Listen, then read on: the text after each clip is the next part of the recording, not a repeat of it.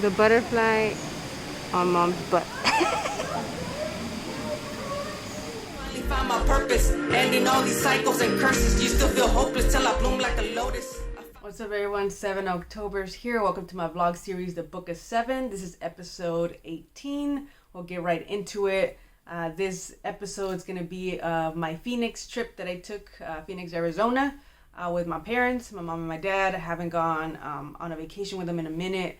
And usually I like to take a quick vacation in the beginning of the year to kind of, get my mind right, get my mental health right, just relax. It's kind of like the calm before the storm, because I know it's going to be a lot of shit happening during the year, so it's good to just kind of calm my mind. So one of the first places we got to check out was the Desert Botanical Garden. I had seen pictures, didn't think really much of it. I was like, oh, it's going to be cool, kind of similar to like our botanical garden here in San Diego, but I was really blown away. We went to the nighttime because we got to Arizona maybe noon on a Friday, and that night we went to the Desert Botanical Garden. It was really dope. They had this exhibit by this glass artist. I forget his name, or actually I think you know his name, but it's just really one of those hard ones to pronounce. But they had an exhibit, and he does glass blowing type of art, and all of his pieces were all over the park. It was really dope, especially once it got dark. You get to see them. They glowed, and it was really beautiful.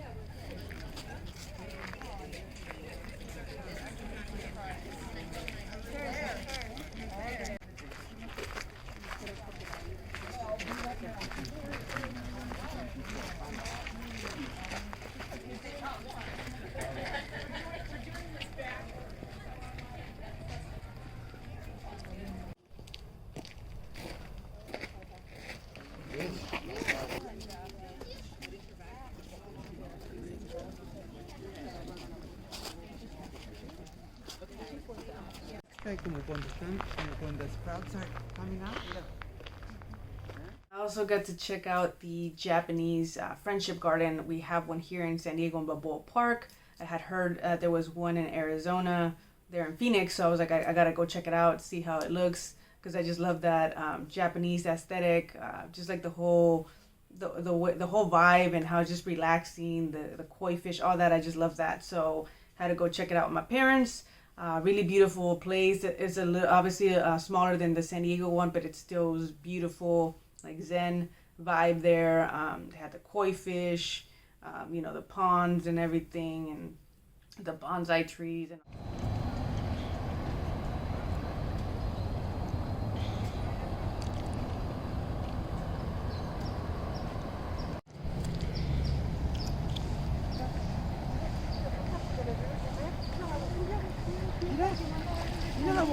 wow, look at them. Oh, they see you. They're gonna see them.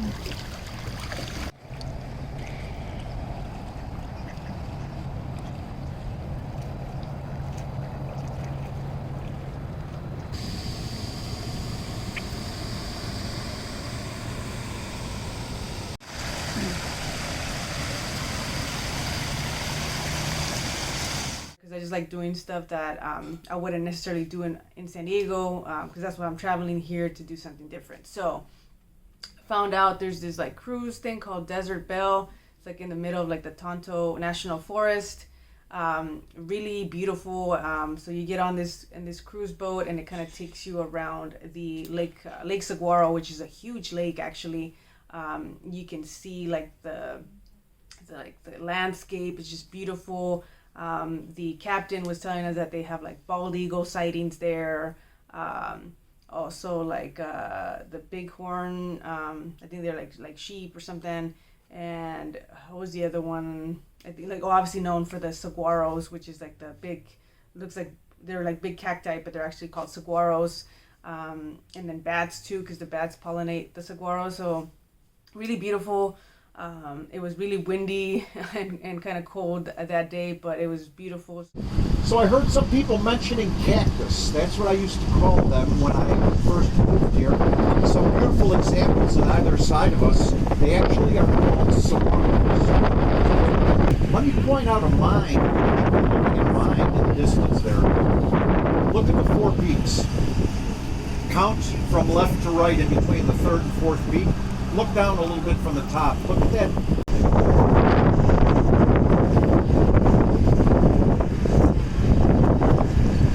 So as you drive through our desert, the Sonoran Desert, we see all these trees.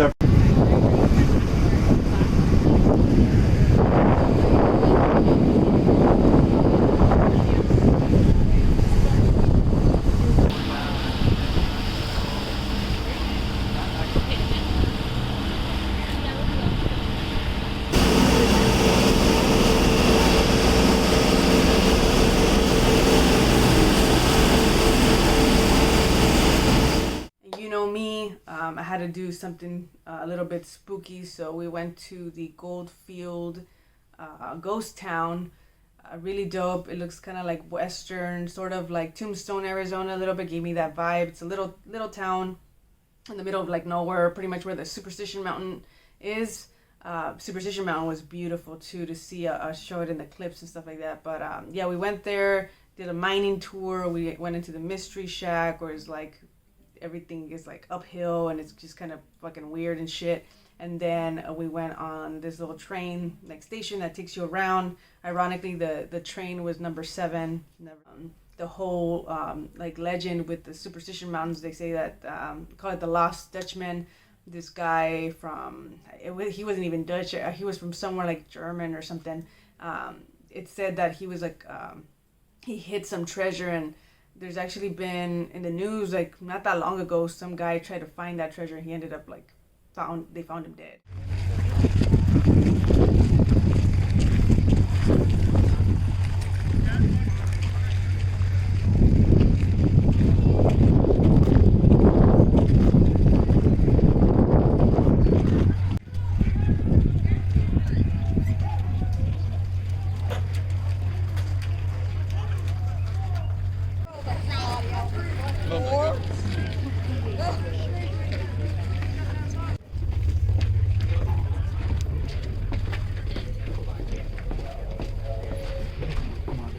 Como coal or como oil, ¿verdad?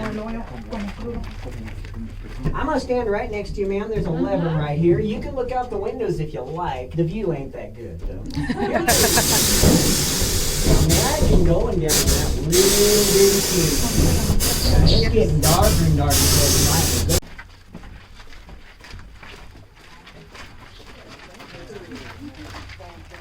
Here, go all the way down here. We'll have a little bitty bit of it. It's still gonna try and find its way right back up the hill.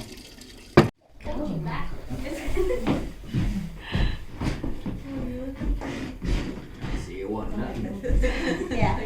First on this table kind of guarantees you a win. You don't even have a choice. World's shortest game of pool. Welcome aboard Superstition, Santa Cruz Road. I'm JB. I'll be your tour guide, and first we'll have a look over there to the east. Now, geologists agree that that mountain over there was created when a caldera volcano began erupting 30 million years ago.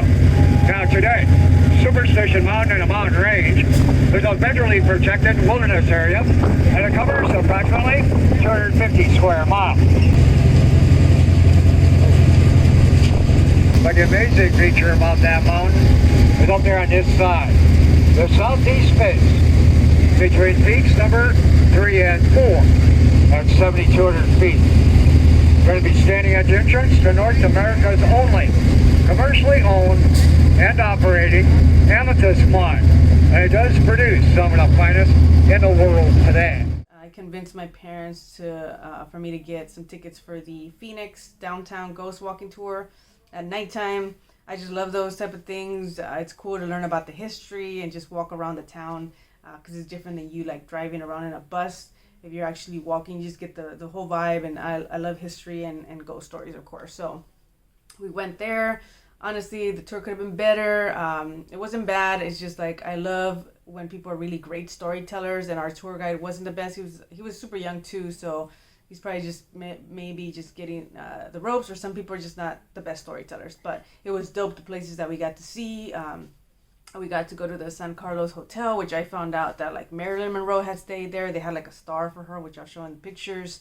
And they actually have a suite named after her. We didn't get to go inside because we're not like, staying at the hotel, but it was cool just to know that piece of history. I guess a lot of famous people stayed at that hotel, and some people died as well, of course. So yeah.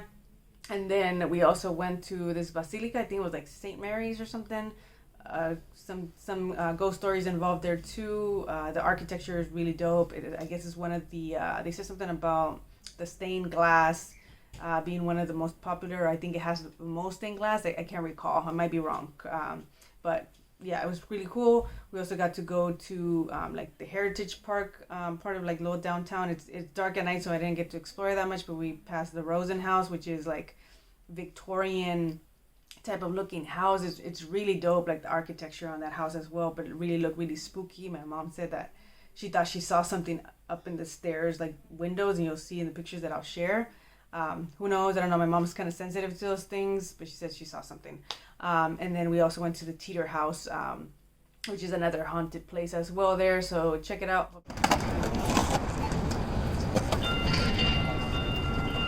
Medio en la verde, ahí se miró la... Ahí van, no me dejen. Pues apúrale. A ver, acá. You're hilarious. No, pues yo qué culpa tengo que mire la chingadera.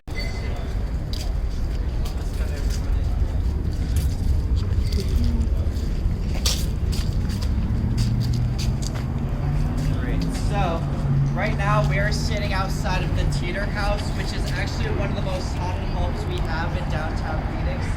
It's so active and paranormal that the other tour guide... This is like a barn, huh?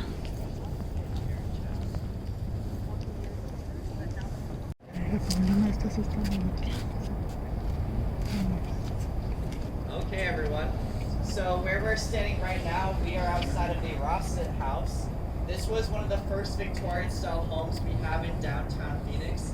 The dopest places I've been so far, hands down, is gonna have to be the Butterfly Wonderland there in, I think it's considered Scottsdale. I might be wrong, but it was really dope. They have a like conservatory for butterflies, and you get to go inside, and they're just flying everywhere. It was beautiful. They have like a koi pond too, and you can feed the koi fish, which my dad wanted to do, so we did. And then you can just be sitting at there was like this little cool bench, which you'll see in some of the clips and the pictures. And you can just sit there, and I brought like my Candyman, shout out to like, I think it was Cavity Colors where I got that shirt. Candyman, bright yellow shirt. Like the top 3 pollinators there in Arizona are bees, butterflies, and bats. So of course I had to wear my Candyman shirt, and it was bright yellow, so I don't know if that attracted the butterflies, but they landed on me. It was really dope experience. Really loved it there, so I really recommend it if you're in that area. Check out Butterfly Wonderland. Mira ya, está bonito. Palo verde.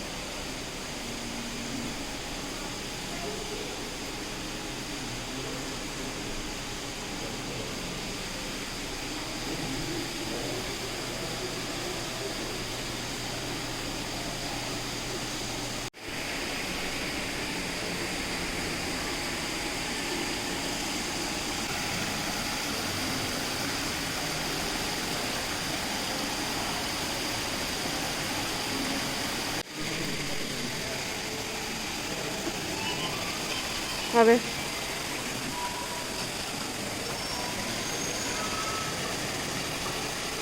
A ver, ¿me das una para que le dé? A ver. You want some food? Look at, I got some snacks for them.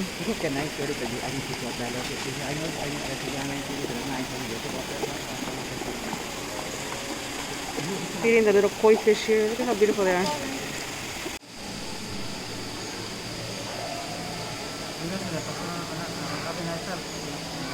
No, espérate, Gary, no te muevas. Oh, what?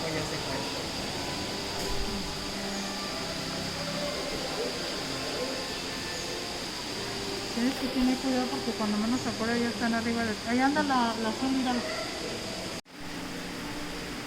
A butterfly and Gabby's. Mira qué bonita. Gaby.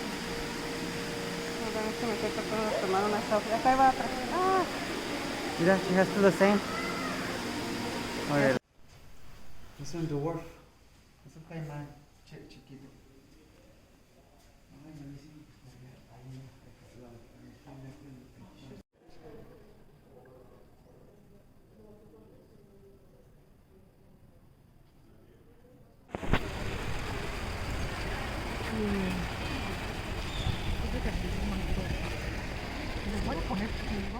Checked out Scottsdale Old Town. I like old towns, so it looked cool. I mean, it looked more like a newer town, not Old Town, but it was cool. They have like art, a lot of dope art there, shops, museums. I got some sneakers, of course. Like it was like some hidden in the wall type of store. It feels like sneakers try to follow me. I'm trying not to spend so much, but it was a dope shop.